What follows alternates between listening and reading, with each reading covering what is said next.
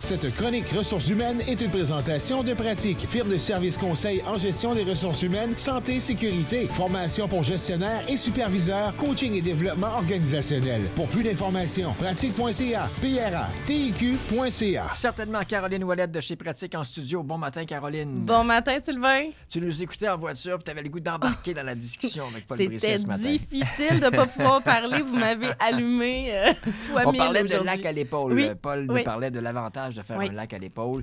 Je pense que tu penses un peu comme lui. Mais moi, je te pose la question quand même, parce qu'on le sait, c'est une réunion là, de dirigeants d'entreprise pour parler de l'avenir. Oui. Mais je dis, pourquoi faire un lac à l'épaule? Pourquoi se réunir dans un chalet quelque part Oui. plutôt que de faire un petit meeting dans la salle de conférence, exemple? C'est hyper important de changer d'environnement. Pourquoi? Parce que quand on change d'environnement, on amène une certaine créativité, on détruit les barrières ou les habitudes qu'on a dans nos lieux de travail. Donc, on peut se permettre, d'être un peu plus soi-même des fois, puis de pouvoir vraiment là, utiliser la créativité là, fois 1000 pour ça. Fait que c'est vraiment important d'avoir des moments de rassemblement en dehors du travail. Ça nous sort de la routine. Vraiment. Et puis, c'est plaisant aussi, il faut le dire. C'est bon pour l'esprit d'équipe. Bien, c'est une marque de reconnaissance aussi d'être choisi pour pouvoir faire partie de cette planification stratégique-là. Donc, c'est vraiment aussi une marque de reconnaissance. Tout le monde peut s'exprimer. C'est le patron qui va avec son plan. Des fois, il va y avoir des animateurs même. On ne va même pas prendre quelqu'un de l'entreprise pour le faire. Ça peut être un animateur. Des fois, ça va être le patron. Des fois, il va donner la responsabilité à un membre de l'équipe de l'animer. Ou plusieurs petites activités différentes qui vont être animées par des personnes différentes. Ça, c'est le genre de choses que vous pouvez conseiller des entrepreneurs qui disent « Bon, j'entends parler de ça, j'en vois mes compétiteurs en font. C'est quoi un lac à l'épaule? » Tu peux guider donc on peut guider. Puis je vais faire du pouce sur ça. Je reviens de Stratégie PME de 2 journées à Montréal au congrès et j'ai eu la chance de rencontrer une équipe qui fait du team building, mais aussi qui peut, pour des lacs à l'épaule ou pour choisir des associés, faire des exercices de survie en forêt, faire des exercices plus poussés pour voir vraiment le leadership des gens puis leur capacité à se développer. C'était vraiment intéressant de pouvoir voir ça, puis ça fait du pouce sur ce qui a été dit. Pratique, c'est, des ressources humaines, mais aussi le volet santé-sécurité, très important. On va en parler aussi ce matin. Exactement. Donc, on a la loi 27 qu'on connaît, qui modernise là, tous les changements de la loi en santé-sécurité, qui, d'ici au mois d'octobre 2024, doit avoir mis en place tous les changements là, qui ont été nommés dans la loi.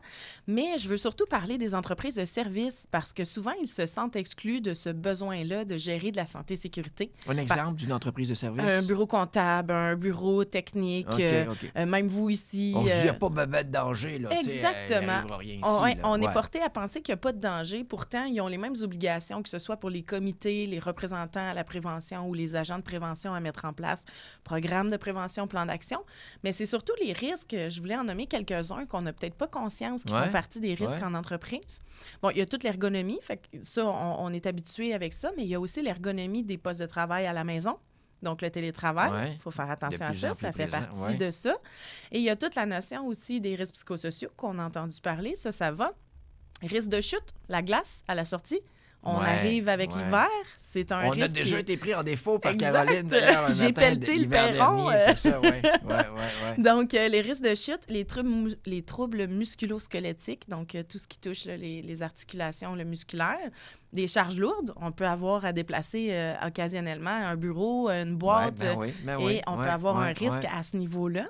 On va avoir de la chute d'objets d'une étagère. Je vois que tu as une belle étagère pleine de CD. Tu pourrais en recevoir un dans l'œil en voulant les déplacer, peu importe. Des coupures, le CIMDUT pour les produits dangereux. Tout ce qui touche les produits dangereux utilisés pour du nettoyage ou pour du dégraissant ou des choses comme ça. Et 2 autres risques, le cadenassage. Parce que des fois, on a des équipements qu'on doit nettoyer, qu'on doit entretenir, et il faut des fois cadenasser ces équipements-là avant d'aller jouer dedans pour les nettoyer. Même dans des bureaux, il y a beaucoup de systèmes quand même qui sont à nettoyer. Le travail en hauteur en terminant, tout ce qui est le déneigement des toits en lien avec le travail en hauteur, mais aussi des fois juste aller changer des filtres de ventilation selon où est-ce que les machines sont installées, ça peut représenter un risque. Et souvent, on va prendre quelqu'un pas nécessairement qualifié. Non. Bon, toi, tu es plus manuel dans le groupe, non. peux-tu aller déneiger la toiture? Ce qui n'est pas conseillé. On y va avec un spécialiste. Il y a des entreprises qui sont spécialisées dans ça. Et même si on engage des spécialistes, comme employeur, on a la responsabilité de s'assurer que les travaux travaux vont être bien faits.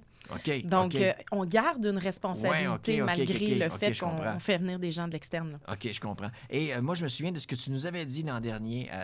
Tu m'avais dit, parce qu'on parlait de la neige à l'extérieur, Oui. c'est pas uniquement la responsabilité du patron. En fait, tu suggérais Exact. quelqu'un qui arrive, un employé qui tu le vois le danger, tu le signales à ton supérieur. Exactement. Donc, tout le monde a l'obligation de soulever les risques, que ce soit un employé, même, tu sais, comme moi qui étais cliente, si on veut. Oui, oui.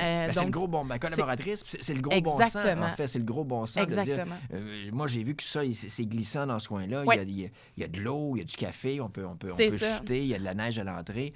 Moi, je ne suis pas tombé, mais je ne veux pas que mon collègue tombe. Donc, tu le dis à ton patron. Puis si tout le monde fait ça dans l'entreprise, ben toi, tu protèges les autres et les autres te protègent aussi. Exactement. Fait qu'on devient collaborateur, dans le fond, de la santé et sécurité de tout le monde. Oui. Ça aussi, il y a des petits des formations qui Oui, sont données en on entreprise. peut autant former les gens pour mettre en place les comités que pour gérer la santé et sécurité de façon générale ou faire une analyse des risques. Tu sais, moi, en quelques secondes ce matin, j'ai sorti quelques risques, mais il y en a plus dans certains milieux de travail. Donc, il ne faut vraiment pas hésiter à aller chercher des professionnels pour avoir un coup de main.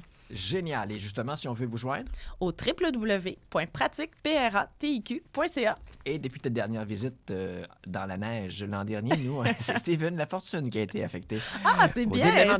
Donc, c'est une bonne chose. J'aurai des bonnes discussions avec lui.